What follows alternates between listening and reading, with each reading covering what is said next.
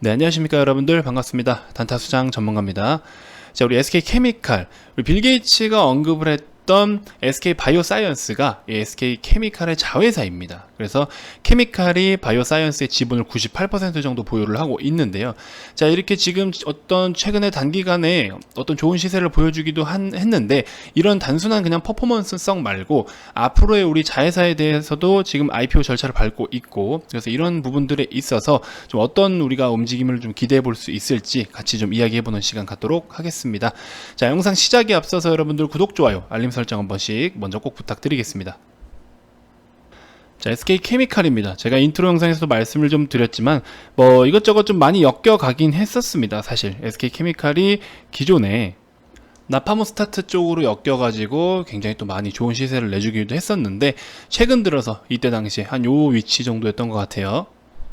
우리 마이크로소프트 창업자인 빌 게이츠, 여러분도 잘 알고 계시죠? 우리 빌 게이츠 회장이 이제 문재인 대통령에게 보낸 서한에서 SK 바이오사이언스를 언급을 한 적이 있었습니다. 그래서 이제 백신 개발에 있어서 한국은 세계 선두권이다. 그러면서 SK 바이오사이언스가 백신 개발에 성공하면 내년 6월부터 연간 2억 개의 백신을 생산할 수 있을 것이다 라는 이야기를 하면서, 또 SK 케미칼이 우리 바이오사이언스의 지분을 98.04%를 보유하고 있기 때문에 굉장히 또 좋은 시세를 내줬었습니다. 자, 그러면서 한 21일쯤에는 우리 SK 바이오사이언스 보건복지부 이제 다국적 제약사인 아스트라제네카와 또 코로나 백신 후보 물질 어떤 일부를 이제 국내 및 글로벌 공급을 위한 제3자 협력 의향서를 체결을 또 한 이력도 있습니다. 일단 바이오사이언스 같은 경우에는 2021년 이제 내년에 상장을 목표로 좀 하고 있고요. 그 다음에 이제 자체 개발을 한 이 코로나 백신 2종은 두 가지 종 제품은 9월 달에 이제 임상 개시를 계획하고 있다라고 합니다. 그래서 코로나 백신 어떤 생산 설비의 수요가 증가를 하게 되면서 또 추가 계약도 가능할 것으로 보여진다라고 합니다. 사실 어떤 이유에 있어서 우리 빌 게이츠가 이렇게 SK 바이오사이언스를 콕 집어서 이야기를 했는지는 모르겠지만, 그래도 우리 한국에 있는 기업을 이렇게 높이 평가를 해줬다라는 것 자체가 저도 참 뿌듯한 것 같습니다. 자, 어쨌든 우리 SK케미칼도 지금 굉장히 좀 가파른 급등세를 보였는데, 지금 이런 부분에 있어서 사실 지금 시장에 있어서 이렇게나 올라온 종목을 어떻게 접근해라 마라 말씀드리기가 굉장히 어려운 상황이에요. 솔직히 말씀을 드리면. 특히나 지금은 실적 시즌입니다. 그렇죠? 실적 발표 시즌이기 때문에, 물론 이번 주 내로 이제 실적 발표가 다 마무리가 되겠지만, 그런 와중에 우리 SK케미칼도 한번 보시면, 물론 이제 실적도 실적이지만 또 미래 가치에 대한 것들, 이런 것들도 많이 이제 선반영되는 부분도 있었어요, 최근에. 그래서 주가가 굉장히 많이 이제 급등을 보였지만, 지금 본래 사업 자체도 굉장히 또 좋은 흐름을 이어가고 있다라는 겁니다. 그래도 분기 매출이 다시 지금 코로나 때문에 1분기에 주춤했던 부분을 어느 정도 반등을 시도를 해주고 이렇게 좀 자리를 잘 잡아 놓은 상태입니다. 그래서 지배주주 순이익 쪽에서도 굉장히 또 큰 이익을 보면서 단기 순이익에도 이렇게 영향을 끼치게 됐고요. 그렇죠? EPS도 보세요. 18,000원입니다. 자, 아무튼 뭐 그렇습니다. SK케미칼. 근데 사실 이 종목을 보유하고 계신 분이라면요, 저는 중기 관점으로도 그대로 보유해도 좋을 것 같다라고 저는 말씀을 좀 드리고 싶어요. 단, 한 35만원 부근을 깼을 때는, 절반 정도라도 조금 줄여놨다가 다시 접근하는 방식도 괜찮을 것 같다. 왜냐면 중장기 종목들도 이제 외부적인 영향이 됐든 어떤 업종의 수급이 됐든 뭐가 됐든지 주가가 빠지면 또 관리를 해줘야 되거든요. 그래서 저 같은 경우에도, 자, VIP원님들 8월 10일 날 여기 보시면 우리 삼성전자도 10%대에서 일부 매도를 했고요. 현대차도 지금 이게 한 16만 원대의 매도를 1차 한 30% 정도, 보유 비중의 30% 정도 매도를 했고요. 에코프로비엔 같은 경우에도 우리가 일부 매도를 했고요. 그렇죠? 이런 식으로 좋은 기업들도 분할로서 좀 챙길 건 챙기고 재접근하는 방식도 괜찮아요. 물론 다 팔고 다 사고 하는 거는 사실 대형주를 그렇게 하기는 좀 리스크가 있기는 하지만, 그렇죠? 그래서 이런 식으로 우리는 NC소프트 같은 경우에는 접근을 했다가 어제 다 팔았어요. 왜냐면 지금 현재 구간이 굉장히 위험할 수 있는 구간이다라고 판단을 해서, 제가 뭐 수익 인증 모음이라고는 하지만 손실 난 것도 그대로 다 오픈을 해드립니다. 뭐 왜 감춰요? 뭐 감출 게 뭐가 있어요? 전 당당하게 다 오픈합니다. 그래서 우리가 아닌 종목은 이렇게 빨리 또 잘 잘라내기도 하는구나라는 걸 아셔야 돼요. 막 마이너스 20% 30% 물려서 1년이고 반년이고 지나고 나서 올라온 종목을 갖다가 수익 받습니다 하고 이렇게 자랑할 바에, 우리가 이런 걸 빨리빨리 잘라내고 새로운 종목들로 잘 이렇게 편입을 해가지고 수익을 받습니다라는 게 더 중요한 것 같아요, 제가 봤을 때는. 자, 이제 어제까지 이렇게 수익을 봤던 거고, 카카오도 보세요. 카카오도 일부 수익 실현을 했습니다. 자, 그리고 오늘 같은 경우에는 이제 ICD, 그쵸? ICD 이런 식으로 수익을 챙겼고, 자, 실적이 좋은데 기대치에 못 미쳤다고 이 종목을 지금 어떻게 저평가를 받고 있어요. 기대치가 이만큼인데 기존의 실적이 이만큼이다라고 말씀을 드렸죠. 그러면 이번에 실제로 잠정 실적은 이 정도가 돼요. 그럼 기존의 실적 대비해서도 이만큼이나 엄청난 상승폭을 보여줬는데, 이 기대치를 못 미쳤다고 이 녀석이 여기 대비해서 지금 주가가 더 저렴한데 굉장히 저평가인데도 불구하고 이 기대치에 못 미쳤다는 이유로 주가가 못 가요. 이거는 굉장히 억울하게 지금 저렴한 거 아닙니까? 이런 종목은 사드려야죠. 13,000원대부터 추천을 드렸어요. 그럼 13,000원대 추천드렸는데 매수를 안 하시더라고요. 15,000원대 다시 추천을 드렸어요. 그제서야 좀 매수를 하긴 하더라고요. 올라오니까. 그러고 나서 이제 오늘 거의 16,000원, 17,000원대 이렇게 매도를 좀 했는데, 그래서 이렇게 수익률이 각각 다 다른 겁니다. 7, 뭐 5%, 3%, 4% 이렇게 1%대, 그쵸? 이런 식으로 다 다른 이유가 바로 거기에 있다. 하나금융지주도 제가 유튜브에서 굉장히 많이 말씀드렸죠. 이런 좋은 종목들도 이건 이제 개별적으로 매도를 좀 하신 것 같아요. 휴젤 같은 경우에도 5%대 수익을 보셨는데, 이 종목 같은 경우에도 뭐 지금 한 10% 이상 갔지만 매수가가 사실 조금 못 미쳐서 못 샀는데, 이제 아마 중간에 그냥 단타성으로 매매를 하신 분이 아닐까 싶습니다. 자, 어쨌든 뭐 이렇게 실적주들에 집중을 좀 해야 된다라고 하면서 제가 추천을 드렸던 종목이기도 합니다. 자, 아무튼 뭐 이런 얘기를 하다가 여기까지 빠졌지만, 이렇게 중장기적으로 가져가는 종목들도 여러분들 사실 지금 전체적인 뷰로 보면, 굉장히 크게 보면 너무 많이 올랐어요. 너무 많이 올랐기 때문에 분명 조정이 또 필요로 한데, 반드시 우리는 이제 조정 국면에서 매수를 하자라는 관점으로 하셔야 됩니다. 그리고 당장에 이제 임상은 뭐 9월에 개시가 된다라고 했잖아요. 그럼 임상이 9월에 개시가 된다라는 소식은 들려왔는데, 이 소식에 소문에 사고 뉴스에 팔아라라고 하죠.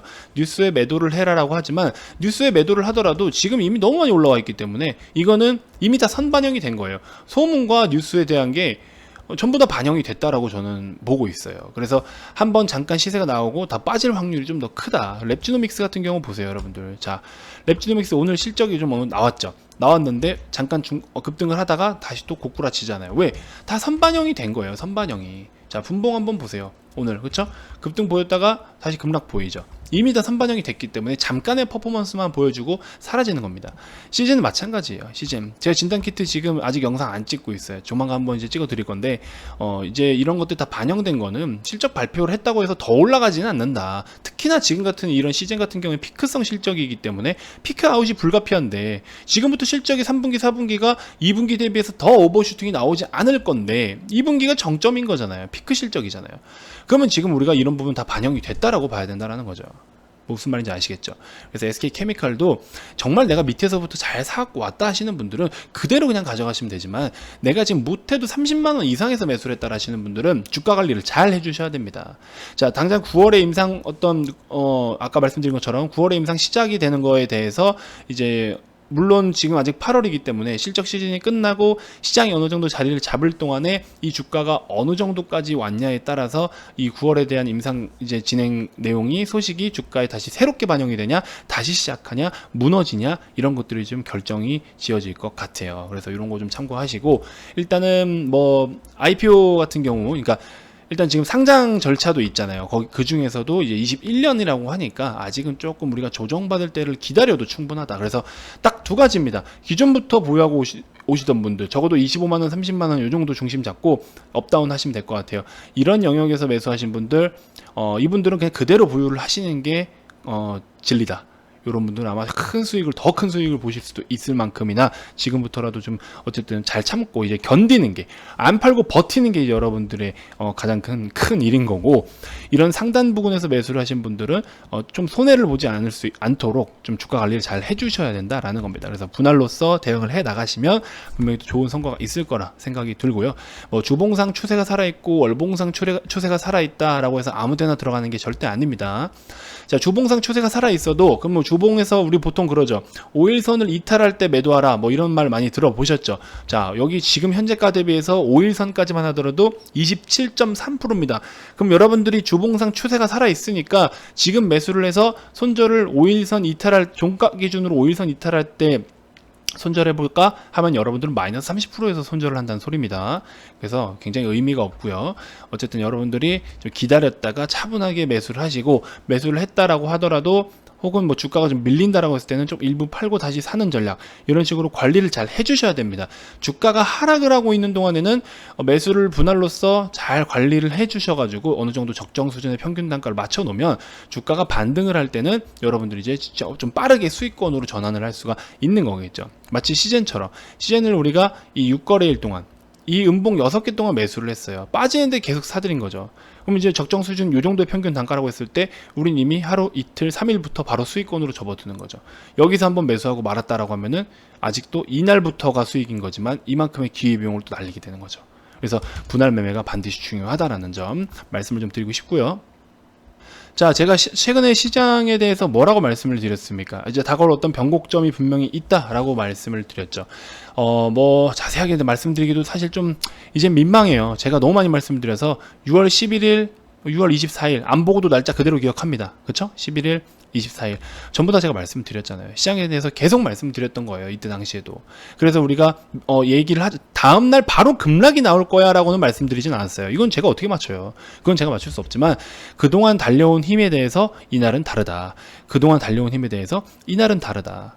그리고 매도를 많이 했더니 월화 목금 빠질 수도 있다 라고 말씀을 드렸죠.